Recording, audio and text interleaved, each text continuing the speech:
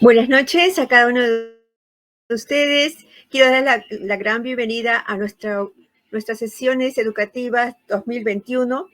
En realidad, para mí, el día de hoy es un gusto y un honor presentar a alguien que conozco muchísimos años. Es un médico famosísimo.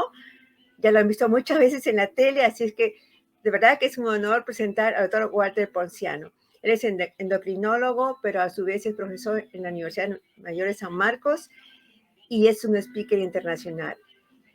Tiene un gran reto para hablar de un tema sumamente importante y creo que está en la mente de cada uno de ustedes. Es sobre lo que es conociendo los carbohidratos, los edulcorantes y los suplementos. Cuán importante es saber lo básico de los que son los carbohidratos, conocerlos uno a uno y ver cómo esto influye en los niveles de glucosa. Doctor Ponciano, le dejo a usted todo el grupo de personas que le van a escuchar y, como siempre, nuestra gran moderadora, nuestra hermosa moderadora. Muchas gracias y no se olviden de visitar nuestra página de Adipel para todas las actividades que tenemos para el mes de la diabetes. Este mes de noviembre tenemos muchísimas actividades y nos vamos a ver trabajando todos juntos. Muchas gracias y estamos cordialmente invitados para el Día Mundial y ahora a escuchar al doctor Walter Ponciano. Suerte. ¿Qué tal? Buenas noches, gracias por el pase. Mi nombre es Marisol Calvo, las que no me conocen, tengo una cuenta de Instagram, Diabetes Feliz, y vivo con diabetes hace más de 20 años. En esta cuenta comparto mi día a día como paciente, mis recetas, dietas y mucha información que quizás a varios de ustedes los puede ayudar. Pero ahora quiero presentarles al doctor Walter Ponciano. Él es médico endocrinólogo. Adelante, bienvenido, doctor. Muchas gracias, estimada dama, señorita Marisol Calvo. Le agradezco por la presentación, a la doctora Vicky Mondo también por la presentación, y a todos ustedes por estar presentes en esta disertación, que vamos a tocar temas muy importantes como son los carbohidratos, edulcorantes y suplementos nutricionales en el tratamiento de la diabetes. ¿Okay? Entonces yo creo que los invito no solamente a escuchar, sino después de eso a preguntar y resolver todas las dudas que puedan tener sobre estos temas. Perfecto. Señorita Marisol, por favor. Sí, doctor. Bueno, básicamente lo que quería empezar por ello, en base a su experiencia viendo casos de diabetes controlada y no controlada, es importante conocer los alimentos que consumimos, especialmente los carbohidratos, doctor. Sí, es muy importante. Y saber que carbohidratos hay tres tipos, ¿no? Los almidones, las fibras y el azúcar. Entonces, y es muy importante que no podemos decir que para todos es lo mismo, porque en el público que nos está viendo, vamos a ver que hay pacientes con talla muy alta, talla muy baja, con mucho Correcto. peso, con bajo peso, entonces tiene que ser muy individualizado el uso de carbohidratos en cada paciente, y de acuerdo también a la enfermedad que tenga, sea de tipo 1, sea tipo 2, prediabético o síndrome metabólico, ¿no? Correcto. Entonces el tema es individualizado. Por cada persona es totalmente distinto el tratamiento. ¿Correcto? Así es. Yo creo que esa palabra es una palabra muy importante, que es que tiene que ser todo, tiene que ser individualizado. No solamente individualizado en cada paciente y de acuerdo no solamente al fenotipo y genotipo del paciente, sino también a los medicamentos que usa y a las costumbres del paciente. Es muy diferente un paciente de Lima, del norte de nuestro país, que del sur de nuestro país o del oriente de nuestro país. ¿No? Correcto. Hay que individualizarlo. Muy bien, usted lo ha dicho, dama. Ok, doctor. Tengo otra consulta que ahora en realidad es una que nos preguntamos muchas personas que tenemos diabetes, es, ¿todos los edulcorantes son iguales? ¿Y cuáles son los beneficios y desventajas de consumir estos? Ok, es una pregunta bastante controversial porque van a encontrar mucha información en las páginas y mucha gente entra a leer eso en diferentes páginas que no son las adecuadas, ¿no? Como la Asociación Americana de Diabetes, la Europea de Diabetes, etc. Entonces, hay los edulcorantes que son los naturales y los artificiales. Entonces, entre los naturales, digamos, los que más recomiendan son la stevia, la sucralosa, ¿de acuerdo? La tagalosa. Entonces, hay muchos que son recomendables. Entre todo, probablemente el más usado ahorita actualmente es el stevia, ¿no? Siempre viendo cuál le gusta al paciente, porque unos son muy dulces cuando se usan muchas cantidades Y lo otro, evidentemente, estos no tienen calorías y son recomendados para diabéticos. Y hay otros que son edulcorantes también que tienen calorías y no son recomendados para diabéticos. Muchas ahora se usa la panela, ¿no? Que es Sí, evidentemente es un derivado del azúcar y tiene calorías y va a descompensar al paciente si no está bien compensado, ¿no? claro, y sobre todo, doctor, que la panela en realidad es una azúcar añadida, ¿no? Más que un edulcorante, pero me imagino que como cuando uno va a una tienda y me ha pasado de manera personal, le cuento, dicen, sí, esto es apto para diabéticos, tiene azúcar de coco o panela. Entonces, yo ya me he informado y sé, pero muchas personas confían en lo que les dice y ambos productos, como los que le he mencionado, es azúcar añadida que va a tener algún tipo de impacto en el cuerpo de una persona que tiene diabetes. Más si es diabetes tipo 2 que no se inyecta insulina. Yo puedo corregir con la insulina, ¿no? Digamos que si me mido después de consumir alimento porque me siento mal, pero una persona que usa pastillas no se da ni cuenta, entonces tiene unos picos que por consumir algo que cree que es edulcorante y que no le va a impactar la glucosa, ¿cierto? Perfecto, lo hizo perfectamente. Normalmente el paciente es muy diferente de un diabético tipo 1 que un diabético tipo 2. El diabético tipo 1 sabe, inclusive lo sabe mejor que el médico, de acuerdo a su conteo de carbohidratos, cuándo se va a colocar por gramo de carbohidratos, cuánta cantidad de insulina, y lo maneja muy bien, inclusive como usted muy bien lo ha dicho, después de comer y antes de comer las glucosas. El diabético tipo 2 casi en ellos no influye el conteo de carbohidratos. Entonces en ellos tenemos que ver la calidad de carbohidrato, la calidad también y la cantidad de edulcorantes que puede utilizar, porque evidentemente en ellos no es tan estricto ese efecto, sino tienen que aprender a usar estos alimentos. Ok. Tengo otra consulta acá, dice. ¿Cómo los suplementos especializados para personas con diabetes ayudan a controlar las glucosas en sangre? Los suplementos nutricionales en general, Sí. pero que tengan estudios científicos, porque en el mercado encontramos muchísimos suplementos que no tienen ningún estudio. Entonces, siempre vayamos a suplementos nutricionales que tengan estudios científicos que demuestren que hayan tenido un impacto en qué, en peso, en control de glucosa, la hemoglobina glicosilada, que es muy importante en nuestros pacientes diabéticos, en no hacer hipoglicemia, porque evitan la bajada de glucosa por los componentes que tienen, ¿no? La sucralosa, la macrobiología modificada, etc. Y evidentemente eso es muy importante en nutrir a los pacientes y a los pacientes que son obesos, reemplazar el alimento y disminuir de peso en ellos. En medicamentos ha salido ahorita un estudio muy interesante, comparto con ustedes rápidamente, que dicen los médicos en general, el mejor medicamento que usar un endocrinólogo en un paciente debe impactar en peso, o sea, disminuir el peso al paciente. Ok. Interesante, ¿no? Cómo uno va aprendiendo y eso va evolucionando, como la ciencia va evolucionando constantemente, efectivamente. Doctor, en base a la pregunta que le acabo de hacer, ¿cuál diría usted que es la manera correcta de añadirse en una dieta este tipo de suplementos? Hay varias formas, por decirles, como usted muy bien dijo, y me gustó mucho la palabra que usó de individualizarlos. Entonces, hay que individualizar al paciente. Si es un diabético, evidentemente, tipo 2, tipo 1, siempre se puede usar como snacks, entre desayuno, almuerzo, almuerzo y cena. Y si es tipo 1 y su base de insulina, se puede usar inclusive en la noche para que no haya hipoglicemias nocturnas. Siendo tipo 1 o tipo 2, que use insulina. ¿De acuerdo? Entonces, para evitar la hipoglicemia nocturna. Y lo otro también es un paciente con sobrepeso. Se puede hacer como un reemplazo de un alimento que la peor comida generalmente es en la noche, ¿no? La cena. Claro, que hay estudios que dicen que es el almuerzo, así que bueno, vamos a ver. Claro.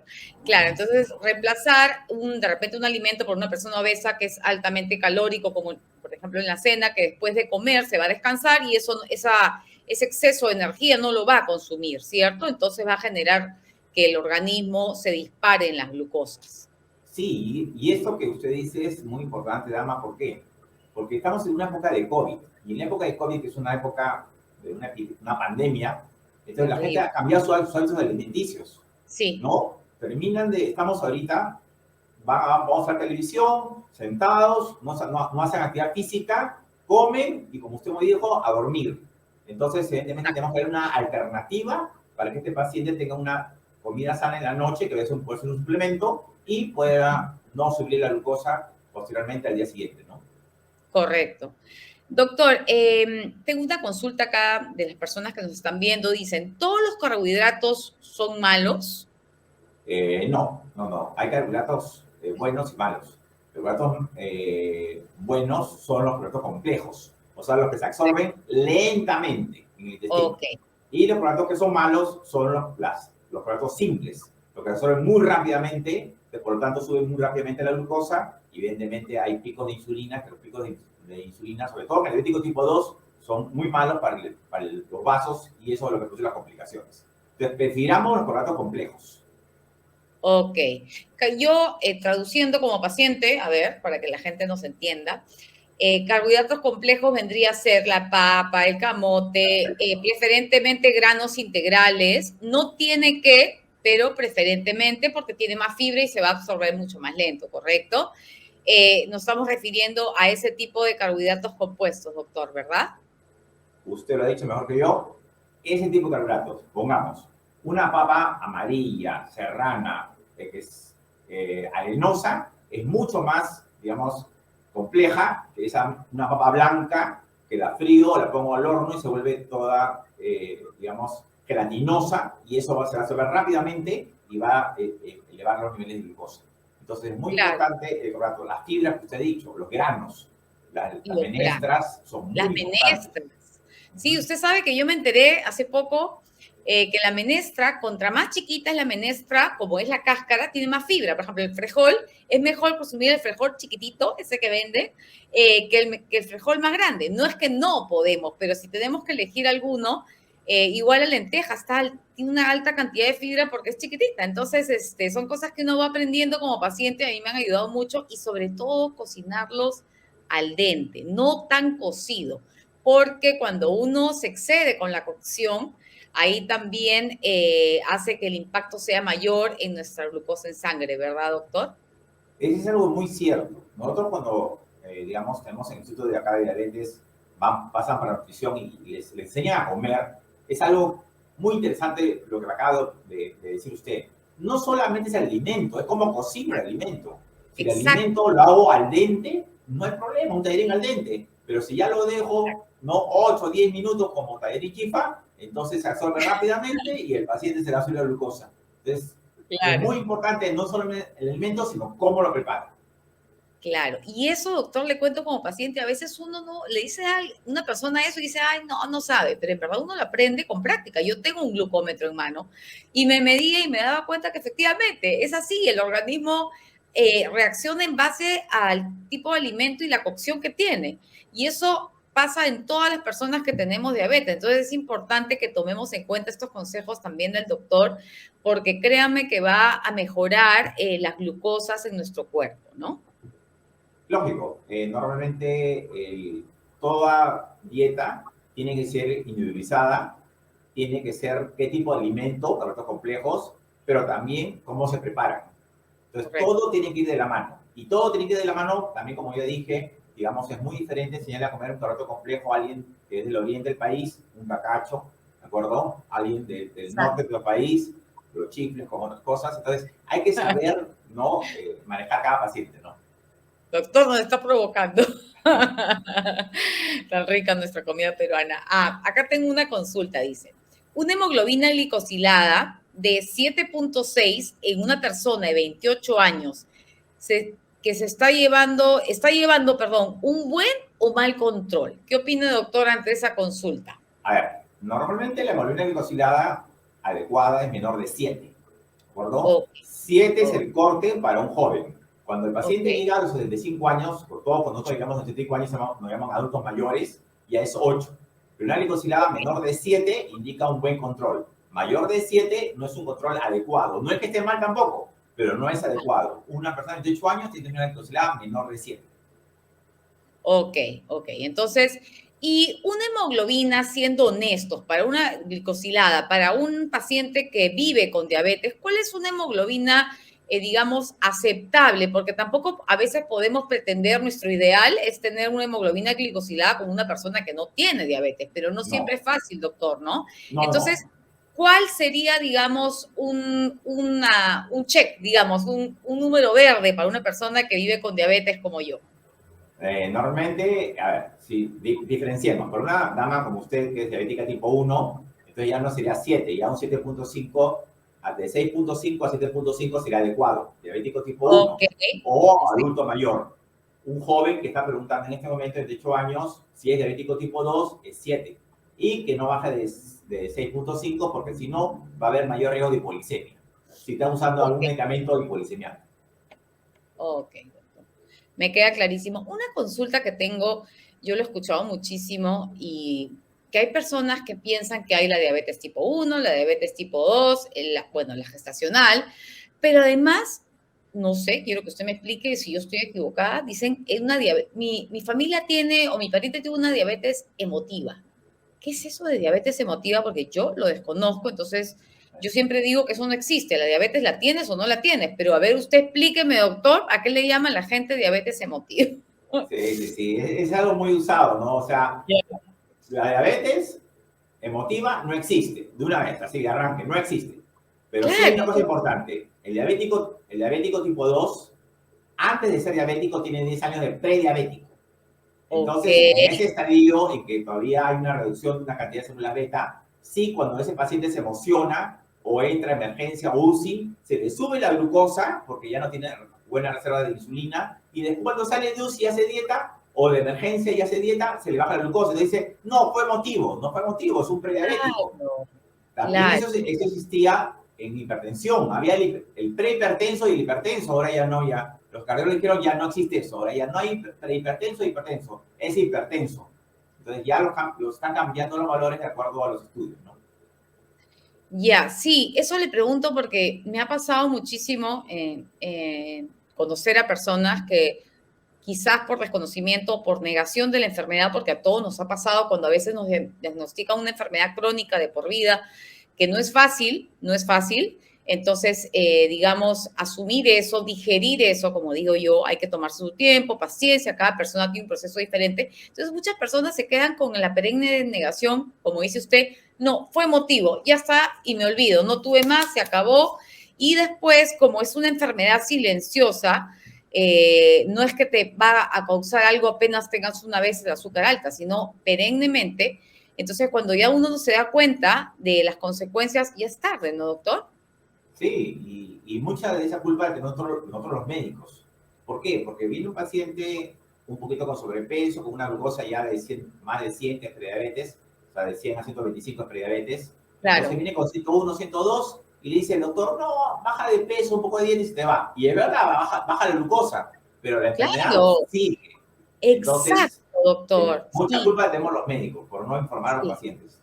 Correcto, correcto. Entonces es importante que lo tomemos en cuenta las personas que hemos sido diagnosticadas con diabetes, porque yo entiendo, yo como persona que al inicio fue un shock, porque no es fácil, ¿no? Asumir que uno tiene una enfermedad con la que tiene que convivir día a día, pero creo que es importante que seamos responsables, como dice el doctor, y sigamos yendo y haciendo digamos, la dieta o lo que recomiende el médico. Tengo otra consulta, doctor, dice. ¿Qué tan cierta es que comes algo dulce y con 2 vasos de agua lo bajas? A ver, cuénteme eso, por favor, doctor, porque yo... Bueno, esa es una pregunta, mire, es algo muy frecuente. Hay mucha Sí, gente por eso le que digo. come algo dulce y dice, no, con 2 vasos de agua eso pasa y se va al riñón y se excreta. Falso Sí, totalmente. El dulce que claro, yo coma, los carbohidratos que coma en exceso van a ir al hígado y el hígado lo va a convertir todo en glucosa y va a ir evidentemente a subir la glucosa en sangre o a los acúmulos que hay en el abdomen. Por tomar claro, agua, lo único que voy a hacer es voy a miccionar más, pero no me va a limpiar la sangre de la glucosa, es imposible. claro, eso, bueno, pero sí es verdad que es muy común, porque claro, de repente la teoría entra un poco porque cuando uno consume alcohol, lo que recomiendan a una persona normal, digamos, es que tome bastante líquido para que no le afecte, ¿no? El alcohol se digiere un poco, pero de ahí, claro, entonces de repente eso lo han trasladado, digo yo, al dulce, pero no, ya está claro, señores, que eso no podemos hacer. No, no. A ver, ya. O tengo otra consulta acá. Dice, doctor, a ver, entre papa, camote, yuca y plátano, ¿cuál de ellos nos recomienda más? Bueno, de todos los alimentos, yo creo que si tuviera que elegir uno, porque ninguno de ellos es malo, ¿ah? Sino cómo se prepara. Y hemos dicho muy claro de cómo se prepara. Pero la papa sería la mejor, ¿no? La papa es un plato complejo, ¿de acuerdo? ¿Y cómo lo preparo? Porque si la papa la meto al horno o la frío, pierde sus beneficios. Entonces es muy importante que si yo le digo la papa y digo, ok, me voy y me pongo unas papas fritas, también me va a subir la glucosa. Entonces, y también se va a convertir evidentemente rápidamente en grasa. Entonces es muy importante la papa y cómo la preparo la papa. Si no, no sirve. Doctor, usted sabe que un tip que también me ayudó mucho es yo consumo la papa, el camote, todo eso con cáscara, porque ahí está la fibra. Entonces eso me ayuda muchísimo, muchísimo, porque lo he comprobado, yo soy así súper disciplinadita, glucómetro en mano, con cáscara y sin cáscara. Entonces es un tip que quizás les puede servir a muchos. La cáscara se come, señores, no sabe mal, no es una cáscara dura, perfectamente, y queda rica. Claro, siempre la cáscara no solamente en lo que usted dice, dama, sino también en las frutas. Las frutas tienen que ser comidas, las que tienen cáscara comestible, no el coco, pero sí la manzana, etcétera, deben comer con cáscara porque es una fibra y la fibra va a hacer que evidentemente no se absorba tan rápidamente. Entonces es muy importante lo que dicen, es un tip sumamente importante. Claro, y toda la fruta que se puede comer con cáscara, no se va a comer una tuna, una piña, eso no estamos hablando, ¿no? Pero ya la gente sabe que hay un montón de frutas que sí se pueden. Tengo otra consulta referente justo al tema que estamos hablando. Dice, ¿cuáles son los carbohidratos malos para la diabetes, doctor? A ver, los carbohidratos malos para la diabetes creo que comentamos un poquito, pero vamos a repetir, ahondar ese punto. Son todos los carbohidratos de absorción rápida, que son rápidamente absorbibles. Por ejemplo, el pan blanco se absorbe, es una harina muy refinada y se absorbe rápidamente. Entonces, mucha gente tiene la costumbre de esos sitios un poquito fashion, donde le dan un pan muy refinado y se absorbe rápidamente, ¿no? Evidentemente, también los carbohidratos de absorción demasiado rápido. Las papas fritas, el arroz graneadito, casi como no. Todo lo que sea muy cocinado se va a absorber muy rápidamente. O sea, un tallarín es bueno, pero un tallarín lo hierven mucho y es malo. Entonces, es muy importante, y vuelvo a repetir, tanto como carbohidratos malos y buenos, es también la forma como lo preparan. Ok. Sí, eso creo que es muy importante y lo digo como paciente, me ayudó demasiado ese tema. Tengo otra consulta que dice, los suplementos especializados para diabetes, ¿en qué momento se deben tomar? Creo que eso ya le contestó hace un rato, me parece algo muy parecido, ¿no? Sí, pero haciendo un resumen es sencillo, ¿no? Sí. El suplemento nutricional lo vamos a comer como snacks, o sea, desayuno, almuerzo y cena, y lo principal en la noche para no hacer hipoglicemia o reemplazando la comida de la noche en un paciente obeso. Bien sencillo.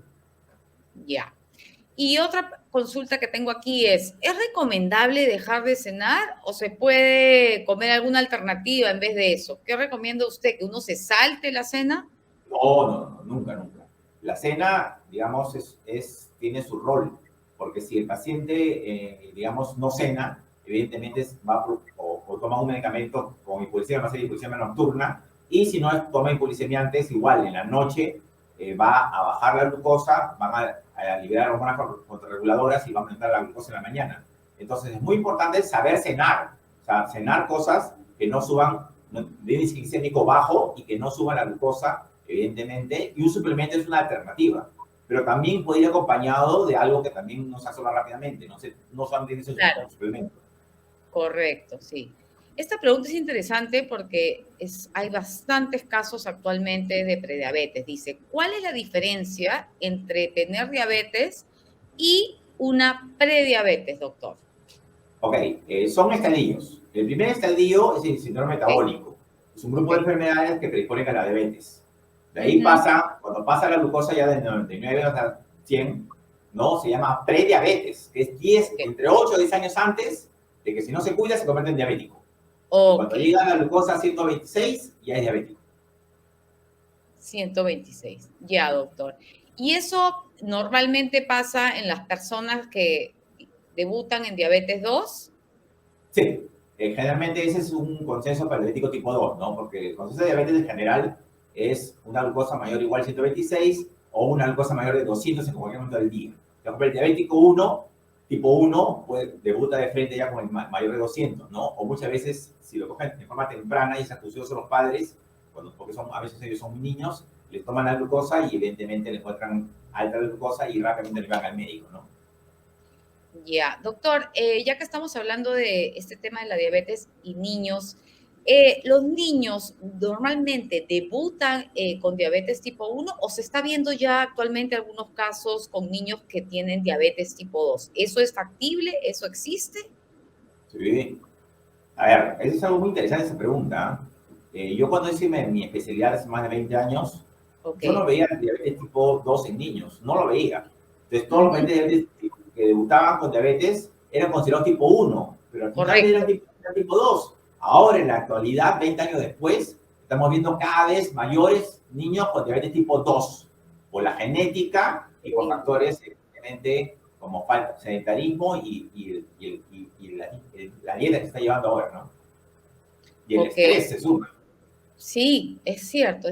Sobre todo esta pandemia que nos ha dado mucho sedentarismo en los niños, que no hay colegios, las clases son sentados. Entonces, efectivamente, yo creo que este tema se debe haber disparado incluso un poco, ¿no? Bastante. Nosotros tenemos ya un aumento acá en consultorio particular prácticamente de lo que antes veíamos, digamos, 1 o 2% solamente de diabéticos en niños. Estamos llegando al 10 o 15% ya de debut en niños, adolescentes. Claro. Y, doctor, en base a esto, cuando uno tiene diabetes, como es mi caso, ¿qué posibilidad hay de que los hijos generen diabetes? En mi caso, ninguno, no tiene actualmente, no han nacido, pero la gente se pregunta, cuando tengo diabetes, ¿sí o sí mis hijos van a tener diabetes? ¿Qué posibilidad hay contra una persona normal? O sea, ¿no? ¿Cuál sería la respuesta ante ello? Es bien sencilla. Es muy diferente un diabético tipo 1 que el tipo 2. Okay. En el tipo 1, si yo tengo diabetes tipo 1, es difícil que mi hijo salga por herencia con diabetes tipo 1. ¿Okay? Puede salir con cualquier enfermedad autoinmune, porque es una enfermedad autoinmune. Entonces puede salir con hipotiroidismo, diabetes tipo 1, vitiligo, vitamina B12. El tipo 2 sí no. El tipo 2, si uno de los padres es diabético, 25% de los hijos van a ser diabéticos. Y si los dos padres tienen diabetes o una enfermedad metabólica, el 50%. Y de mis hijos, si es la dama que tiene la diabetes, de sus hijos, el que pesó más de 4 kilos, aunque no haya tenido diabetes en ese momento, va a ser el que va a ser diabético probablemente. Ok, o sea, cuando uno da a luz un bebé muy grande y la mamá tiene diabetes, digamos, es como una alerta roja que hay que revisar la alimentación de este pequeño, ¿cierto? Y hacer los exámenes. Sí. Okay. Y es algo muy importante. No necesariamente que la madre sea diabética en el momento que dio ese niño o niña de 4 kilos. No, en ese momento no era diabética. Solamente tuvo un niño más de 4 kilos. Ya tiene el riesgo ella de ser diabética. Y de sus hijos, el riesgo de ser diabético. Qué interesante. Mire, no, esa información no la sabía. Uno no termina de aprender. Qué interesante. Tengo una consulta que dice, ¿cuántas veces al día usted recomienda, doctor, tomar suplementos? Vuelvo a la palabra individualizado, ¿no? O sea, no podemos decir en general, porque estamos con un público muy amplio, muy grande, y no puedo decir 1, 2, 3 veces. Depende del paciente. Si es un paciente adulto mayor, probablemente dentro de lo que está desnutrido, etcétera, probablemente le voy a dar 2 o 3 veces al día. Si es un paciente con obesidad joven, 1 vez al día, en la noche. Si es un paciente tipo 1, le puedo dar probablemente como snack en la noche. Entonces, es muy individualizada esa respuesta. Claro, es como preguntar qué dieta hago. No es como pásame la manti, ¿no? Te paso mi dieta, toma. O sea, cada persona, porque yo digo, la gente cree que pasarse la dieta es como que, no, pásame la manti, pero no es así, porque al final, cada persona, yo por ejemplo, tengo una dieta basada en base a mi IMC, mi porcentaje de grasa, de músculo, mis objetivos, si hago deporte, no lo hago, y la enfermedad crónica que tengo. Porque no solo puedo tener diabetes, puedo tener otra más. Entonces, yo creo que eso es importante, tanto para la alimentación como el tipo de suplementos, ¿no? Eso me parece válido, tenerlo en cuenta. Y yo sé que usted es una dama deportista y eso es muy importante. El deporte se ha dejado mucho de lado en este momento. Todo el mundo está hablando de nutrición, pero nutrición va ligado al deporte. Entonces, si el paciente hace deporte, evidentemente, o algún tipo de ejercicio, como el American College dice, 150 minutos por semana de ejercicio tipo aeróbico mínimo, entonces el paciente va a metabolizar mejor los alimentos y va a controlar mejor las enfermedades. Estamos hablando no solamente de diabetes, hipertensión, dislipidemia, ácido úrico, cáncer y stroke, infarto, etc. Entonces, el ejercicio es muy importante, compañero de la dieta, de los suplementos y de lo que ustedes quieran hablar, ¿no? No, y le digo una cosa, doctor, lo que usted dice es totalmente cierto, porque yo entreno de lunes a sábado y los domingos, que es el día que no entreno, yo tengo que ajustar mi alimentación porque definitivamente mi cuerpo no necesita tanta energía. Entonces, si yo como el domingo, como consumo los días que hago deporte, eso no me va a funcionar, la glucosa se va a alterar. Yo decido si ese día quiero alterar mi glucosa o no. Entonces, definitivamente, claro que ayuda y muchísimo y siempre les aconsejo a las personas que creo que es importante que busquemos un deporte en el que uno se sienta cómoda y empecemos de poco, porque los cambios, doctor, a veces dicen, sí, tienes que hacer deporte, pero yo nunca hago, pero empieza 2 veces por semana, después de un tiempo le pone estrés, aunque sea caminar, bailar, lo que sea, cualquier cosa que nos ayude a movernos nos va a ayudar muchísimo, como dice el doctor, con las glucosas. Cambia demasiado las glucosas. Sí, y es importante que la gente entienda que hacer deporte no es ir al pentagonito o al gimnasio, como usted muy bien lo dijo, No. es bailar. ¿Qué necesito para bailar? 1 metro cuadrado, un televisor con música y 15 minutos de mi vida o 20 minutos de mi vida y bailo. O sea, porque ahora dicen, doctor, por la pandemia no puedo hacer ejercicio. Mentira, lo puedo hacer en su casa. No, doctor, yo lo he hecho. Yo lo he hecho. He agarrado, no tenía pesas porque ahora las tengo, y yo tenía que agarrar un bidón de agua de 7 litros, y uno cuando quiere algo, no hay excusas, doctor, no hay excusas. Uno tiene que aprender a vencer mente ordena y cuerpo obedece, es lo que yo siempre les digo. La mente ordena y el cuerpo obedece. A veces no puedes tener tantas ganas, pero es mejor hacer 15 minutos que no hacer nada. Entonces, eso nos va a ayudar. Y esta pandemia nos ha ayudado a ser más ingeniosos, ¿no? O sea, Sí. usted dice, ¿no? Un bidón, algo que pese, ¿no? O sea, Libros, una botella de aceite y mochila. una mochila. O sea, hay que ser ingenioso simplemente y esta pandemia nos ha enseñado a ser muy ingenioso y el peruano de per se es ingenioso. Por supuesto, cuando uno quiere tener herramientas, al final los peruanos somos tromes en eso. Entonces, al final, si uno quiere hacer algo, lo va a hacer, quieras o no, buscando lo que sea. Así que usemos la imaginación y créanme que hasta los niños ayudan, porque mi hijo a veces me daba ideas que yo decía, esta pulguita, mamá usa esto y ya está, funciona, funciona. Y aparte vengan los papás haciendo deporte y también salen deportistas, porque no podemos pretender generar deporte en un hijo que tiene predisposición a ser diabético. Le digo, sí, tienes que hacer deporte y tú bien sentado, pues ahí no te mueves. Entonces el niño, obviamente, que le estamos diciendo, ¿no? Entonces hay que dar el ejemplo también, aunque nos cueste un poquitito, porque les digo, a ver, cuesta, pero se puede hacer. Es algo importante, y disculpen que corte un segundo nada más, lo que he dicho para redondear la idea. Los trabajos ahora son intervencionistas. ¿Qué significa? Entrenamos a los padres, porque los padres son los que compran los alimentos para los hijos.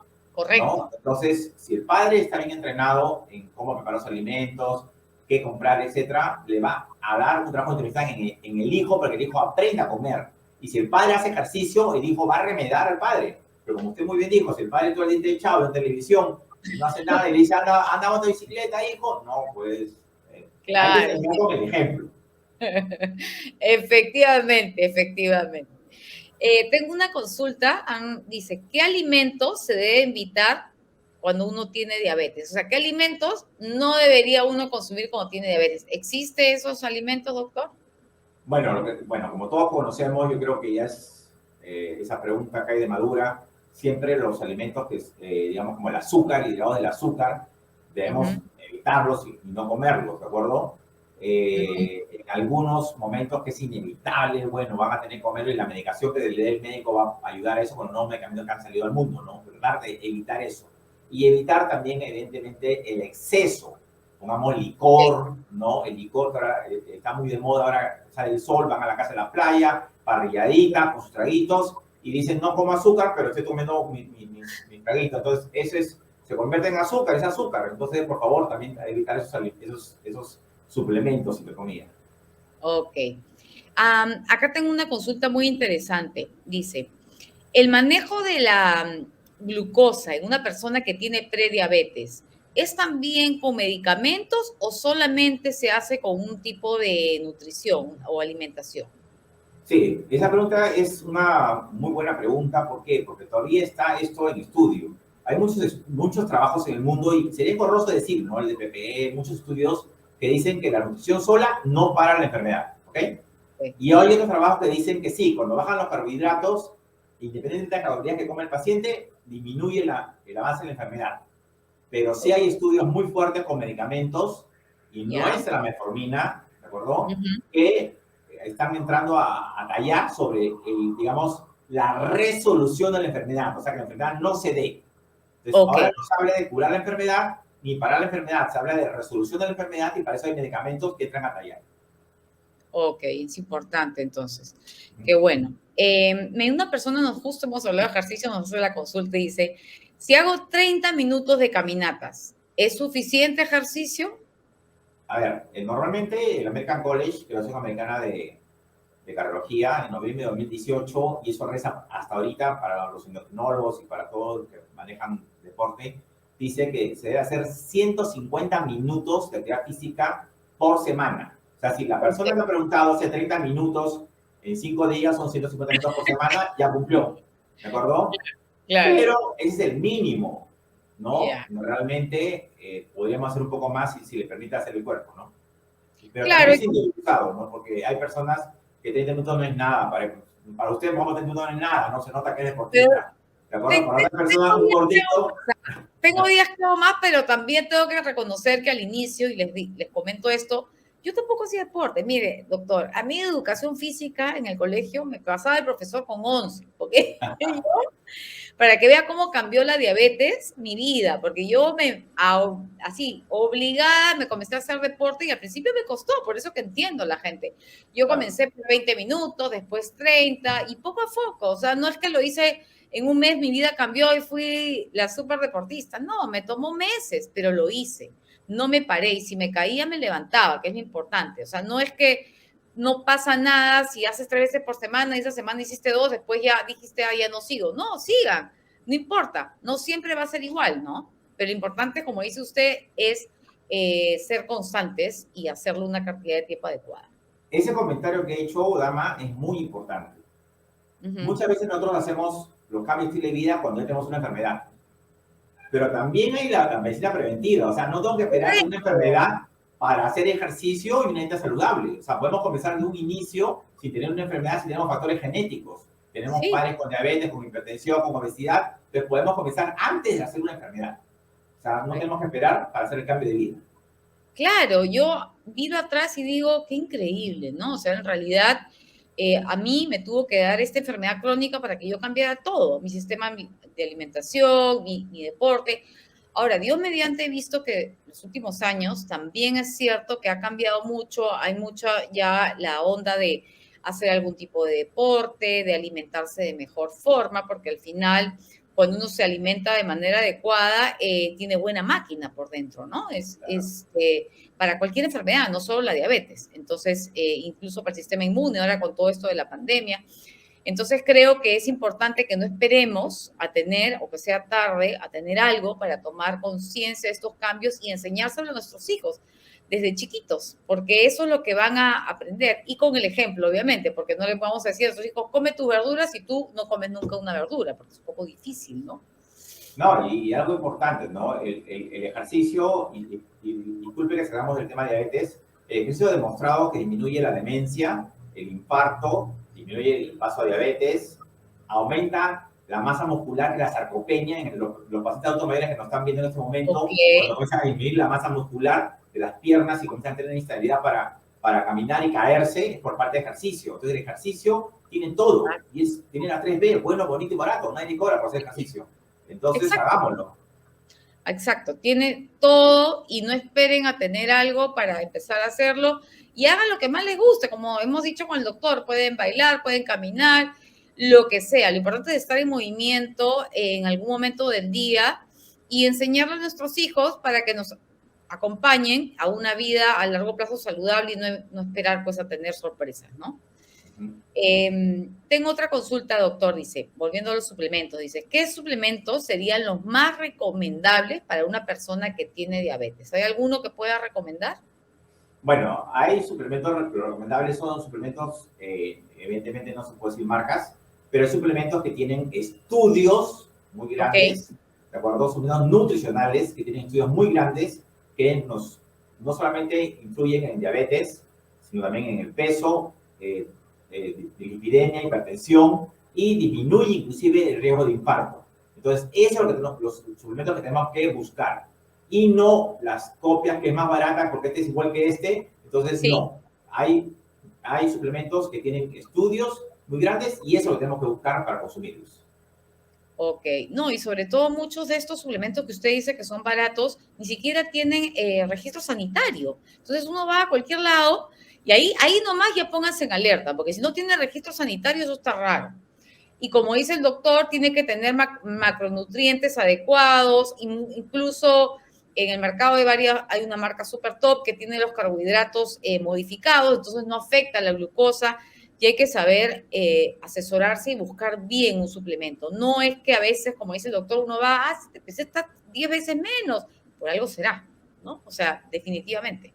Cuidado con Claro, eso, que si no puede... eso que usted ha dicho muy bien del modificado es la maltodextrina modificada, ¿no? O sea, Uh ustedes -huh. dicen, este tiene maltodextrina, pero este de que tiene de estudios tiene maltodextrina modificada. O sea, evita la absorción rápida de la glucosa y evidentemente evita los picos de glucosa y también de insulina. Entonces, busquen esos tipos de suplementos nutricionales que tengan estudios y la verdad, muy sincero, no estamos vendiendo un medicamento o un suplemento. Estamos llevando información científica de años de estudio para que el paciente tenga seguridad y un buen control. Correcto, doctor, interesante. Ahí tengo acá una consulta que también me pasó a mí al inicio. A ver, dice, tengo tendencia a tener sueño. Soy una persona que tiene diabetes. ¿Es normal eso? Bueno, ninguna tendencia a tener sueño si antes de eso no tenía sueño es normal. Puede ser por muchos factores, porque es una pregunta muy grande, ¿de acuerdo? Puede ser que este paciente es un paciente descompensado y tenga la glucosa alta, esté deshidratado y está con sueño. Segundo, que es un paciente muy estresado, tiene baja la vitamina B12 porque está dando metformina y la vitamina C le baja y tiene sueño, ¿de acuerdo? Ok. Porque muchas veces los médicos ayudamos a empeorar al paciente. Entonces, como la metformina se da también por las 3B, barato, barato y barato, entonces pues, se consume mucho y no saben que baja vitamina B12 y por lo tanto va a llevar a que el paciente está cansado, agotado. Y lo otro es el estrés. Ahora mucha gente no duerme adecuadamente y como no duerme adecuadamente se levanta con sueño. Toman mucho café en la mañana para despertarse y el café hace efecto en la noche, no duermen en la noche y de nuevo círculo vicioso. Sí. Y ojo, doctor, para que una persona sepa si le tiene deficiencia de vitamina B12, es necesario que se haga un examen de laboratorio, ¿correcto? No asumir que si toma ese tipo de medicamentos sí o sí se tiene que suplementar solo. ¿O cómo se maneja en ese caso, doctor? Claro, es una buena pregunta. La vitamina B12 se reduce en sangre, pero tenemos que Ok. saberlo bien claro, porque los médicos, inclusive damos charlas para los médicos de vitamina B12. Una deficiencia de vitamina B12, porque el mínimo que tiene es 200. Si le sale 205, dicen, ah, no, está normal. No, Yeah. la vitamina B12 tiene que tener 300 a 400. Menos de eso es deficiencia. Ok, y ahí hay que suplementarse, seguro. Suplementarse. Perfecto. Dice, ¿el diabético puede hacer ayuno intermitente, doctor? ¿Qué sabe sobre esta teoría que está de moda? Yo lo he visto ahora que todo el mundo quiere hacer ayuno intermitente. No. El diabético no puede hacer ayuno intermitente porque este ayuno intermitente, digamos, son muchas horas sin comer. Entonces el cuerpo se defiende. Dice, ok, no has comido, entonces está con la insulina lista, preparada para cuando coma. Y cuando coma, asimila más de lo normal. ¿De acuerdo? Y cuando deje este ayuno, evidentemente el paciente va a subir de peso el doble de lo que bajó. Entonces, es algo que es pésimo para el paciente, igual que, y no quiero tocar la dieta keto, también es pésima para el paciente diabético. Yo tampoco la recomiendo, es altísima en grasa saturada. O sea, lo que pasa es que cuando algo se pone de moda en Hollywood o en Estados Unidos, muchas personas idealizan Estados Unidos, las artistas, sí, mira, la hacen, la ayuda intermitente, y quieren hacer lo mismo, y efectivamente, la gente, cuando el cuerpo está en cetosis, usted lo debe saber, al inicio hay pues como una luna de miel baja, qué sé yo, pero a largo plazo no estás comiendo balanceado, estás dejando varias cosas de comer y encima le estás agregando una cantidad de grasa que el organismo tiene que procesar, que yo creo que no está hecho doctor, para tener esa cantidad de grasa perennemente en una dieta? Yo no creo que sea una dieta sostenible a largo plazo, es mi opinión personal, no sé. No, es totalmente, su opinión es válida y los estudios son bien claros, porque justamente los cuerpos cetónicos, ya viene cetogénica, se usan cuerpos cetónicos, y de ahí ustedes solamente piensen, cuando ustedes están mal, ¿qué le dicen? Cuidado con el coma diabético, que se llama cetoacidosis diabética, y también la cetoacidosis justamente viene esa dieta cetótica, ¿no? Correcto, sí, no, la verdad que no todo lo que esté de moda, señores, se puede hacer, consulte con un profesional como el doctor, no es que ven que funciona en una persona o en Hollywood y vemos sí, que esto sí, y lo pruebo sin tomar recomendaciones médicas, sobre todo cuando uno tiene cualquier tipo de enfermedad crónica, ¿no? A ver, acá tengo una consulta. ¿El diabético puede hacer, no, ese ya lo hicimos, dice, el hipertiroidismo está relacionado con las personas que tienen diabetes? A ver, tanto el hipertiroidismo como el hipotiroidismo son enfermedades autoinmunes. O sea, no tiene nada que ver con el diabético tipo 2. Con el diabético tipo 1 sí, porque el diabético tipo 1 es una enfermedad autoinmune. Entonces, cuando un diabético tipo 1 hay que buscarle otras enfermedades autoinmunes. Hipertiroidismo, hipotiroidismo, deficiencia de gonadal, enfermedad de Addison, sensibilidad de cortisol, etc. Hay que buscarle enfermedades autoinmunes al tipo 1. El tipo 2 no tiene ninguna relación. Aunque dicen algunos estudios que hay ciertos pacientes que tienen mayor enfermedades autoinmunes en la diabetes, pero no en la 2, en la 1. Ok, o sea, a ver, si uno tiene diabetes tipo 1, tiene mayor predisposición a tener eso a futuro. Lógico, en cualquier momento, antes o después. ¿Por qué? Porque siempre nos enseñaron en la escuela de medicina, ¿no? Si un paciente tiene una enfermedad autoinmune, búscale otra, ¿no? Porque no vienen, generalmente no vienen solas, pueden venir acompañadas, ¿no? Mire, una simple alopecia, se comienza a caer el cabello por una enfermedad autoinmune, ¿de acuerdo? O las cejas, o hacer vitiligo, asma. O sea, no solamente es hipotiroidismo y hipertiroidismo, son muchas enfermedades autoinmunes, ¿no? En las damas, la menopausia prematura, o sea, cualquiera de esas. Ok, interesante. A ver, una consulta dice, ¿podemos tomar colágeno hidrolizado? ¿Usted ha escuchado hablar de este colágeno hidrolizado? Sí, sí. A ver, normalmente, yo me acuerdo que mi abuelita me daba, ¿cómo se llama? Patita de pollo, ¿no? Para que era colágeno y para que yo haga colágeno, cuando era chiquillo, ¿no? Claro. Entonces, no, el colágeno hidrolizado, el colágeno no se convierte en colágeno. Es bueno capaz para la piel, pero para los cartílagos, que vamos a hablar de cartílagos, porque yo más que coma colágeno no voy a hacer cartílagos, eso es falso. ¿De acuerdo? Totalmente falso. Lo único que forman los cartílagos, y así hablamos, nos sacamos un poquito del punto, es la hormona de crecimiento. La hormona de crecimiento es la que forma los cartílagos y masa muscular. Y eso se hace con ejercicio. ¿Ok? Ya, doctor. Queda claro entonces. Acá tengo otra consulta. Dice, los suplementos mencionados, dice, reemplazan en gran porcentaje a los alimentos cuando el paciente está imposibilitado de comer. ¿Puede existir eso que un paciente esté imposibilitado sí. de comer? Un poco. Es bien sencillo.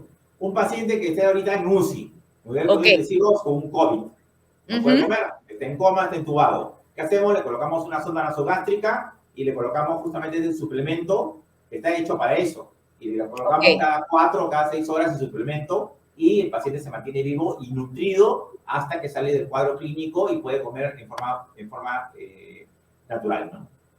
Claro, interesante, ¿no? Porque es una buena alternativa para las personas que lo requieren, pues, ¿no? En este caso.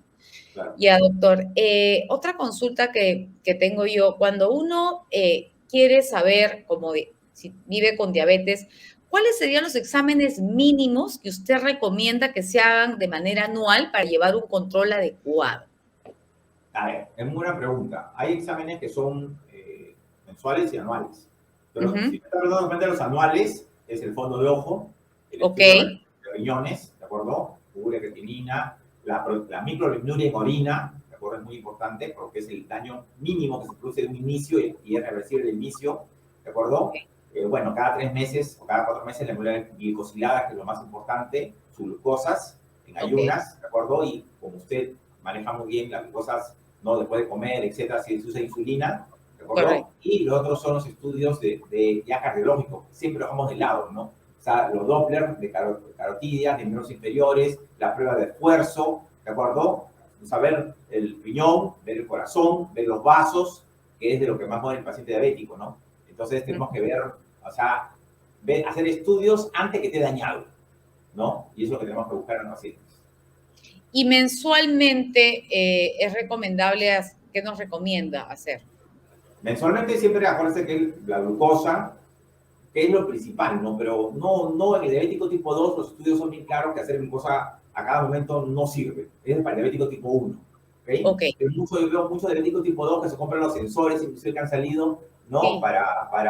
Y eso no les sirve, ¿no? Es más, se toman glucosa al dedo y evidentemente con glucómetro los tienen ahí guardados y después de 3 meses me lo traen para verlo, ¿no? Y yo le veo la glicosilada y es más que suficiente. Entonces, estudios mensuales no hay tan seguidos, ¿no? O sea, hay que esperar porque la diabetes daña a largo tiempo, no en un mes, en un mes no hace daño. No es pero si el paciente hace un cuadro de una infección urinaria o dental o una infección, también hay que hacer los exámenes, ¿no? Hemograma y todos los estudios, ¿no? Si comienza a subir la glucosa.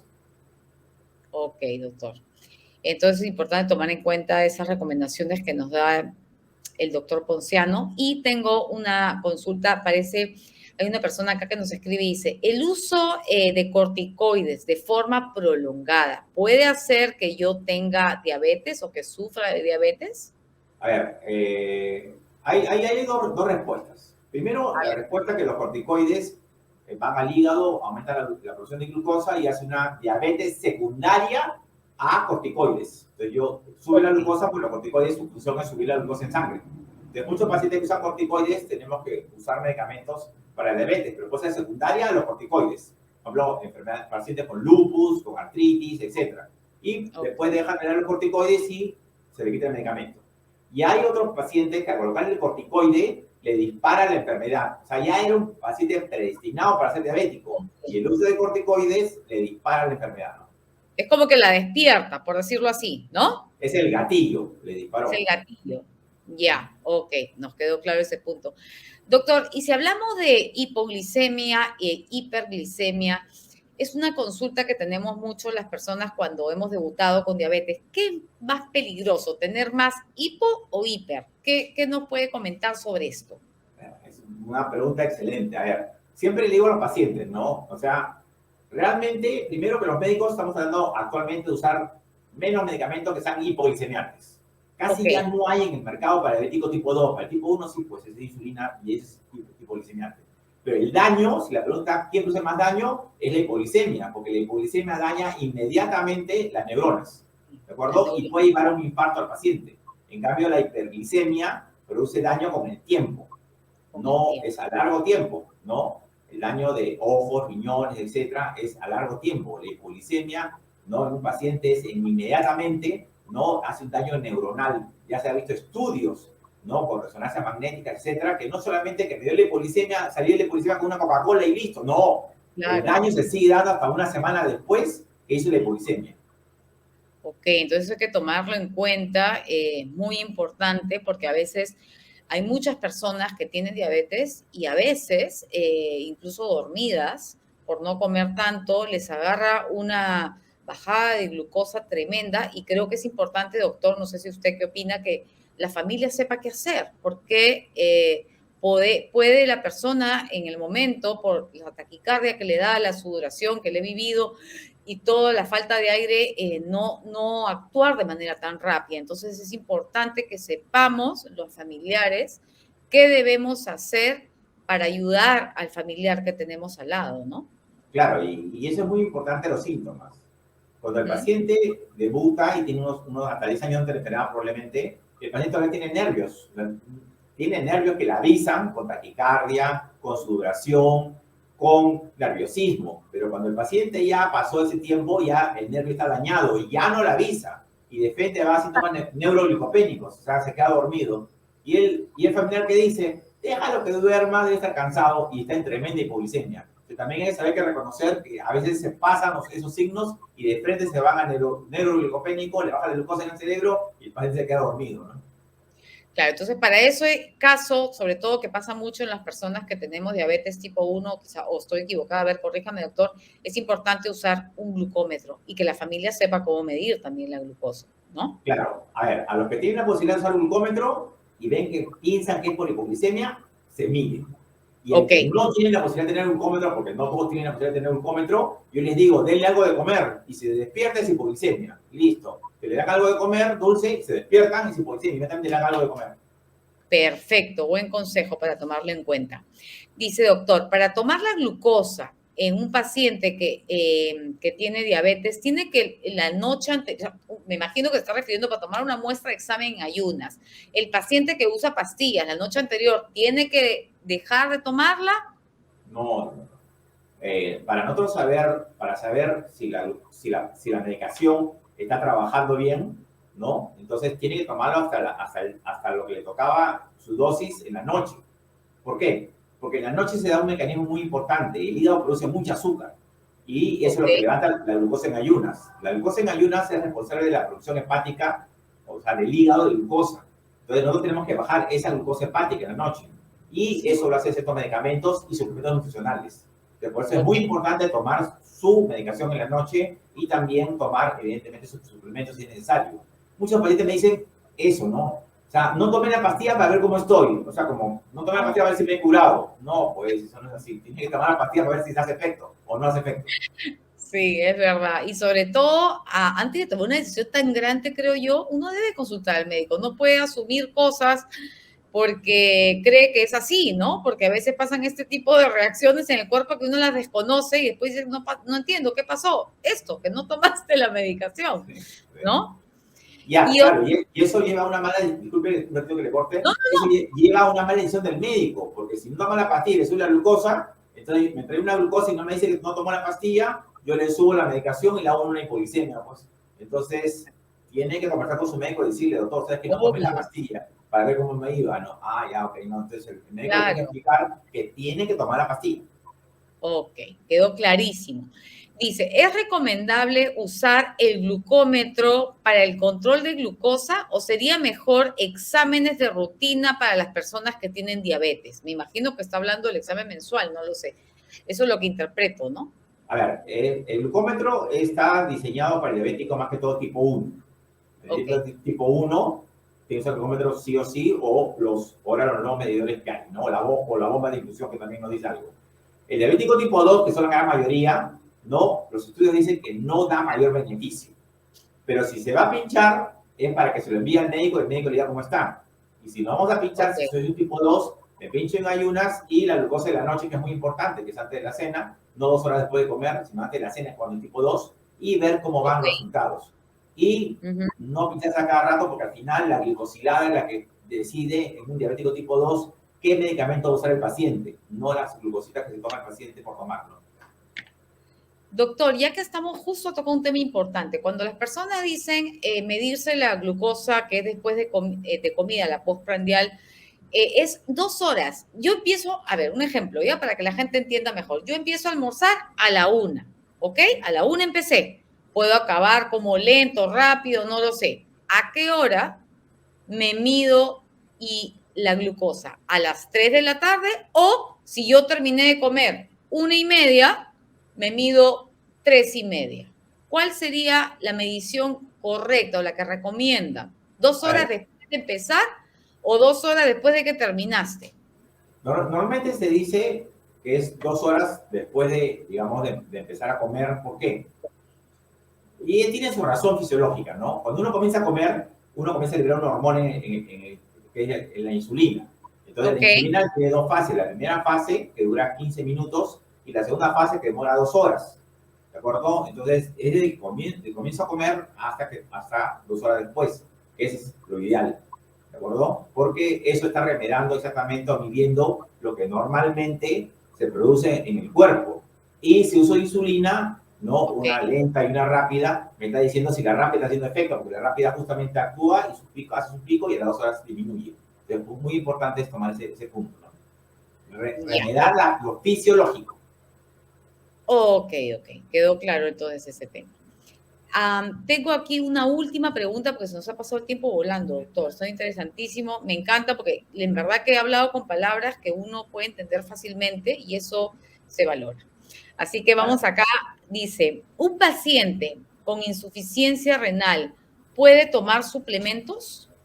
Hay suplementos para pacientes con problemas renales. Cuando el paciente tiene problemas renales, hay que tener mucho cuidado con las proteínas, porque el riñón se daña cuando hay exceso de proteínas. ¿De acuerdo? Entonces, de estos suplementos, hay suplementos para los diabéticos, hay suplementos para los que hacen ejercicio y tienen masa muscular, sobre todo sarcopenia, y hay medicamentos que son para los pacientes renales. Entonces, no tomar un medicamento para proteínas, que tiene alta cantidad de proteínas, en un paciente renal. Hay medicamentos, suplementos especialmente hechos para pacientes renales.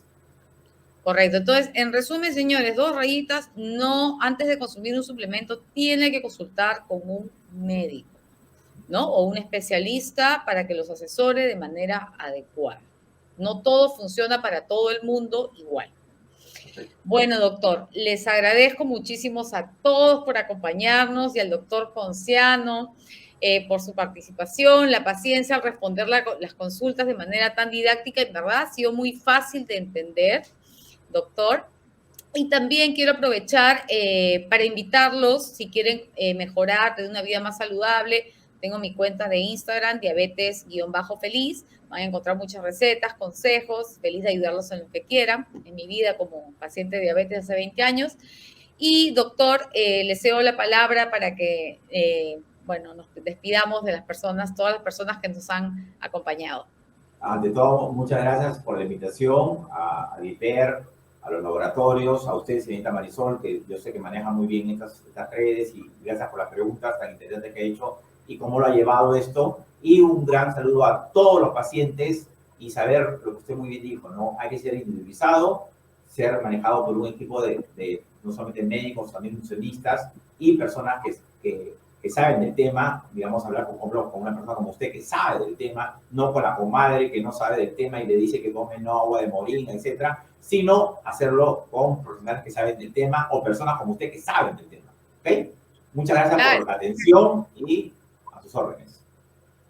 Gracias, doctor. Muy amable a todos. Y ya saben que cualquier duda, acá tienen al doctor, lo pueden ubicar al doctor Walter Ponciano, un trome de tromes, para ayudarnos.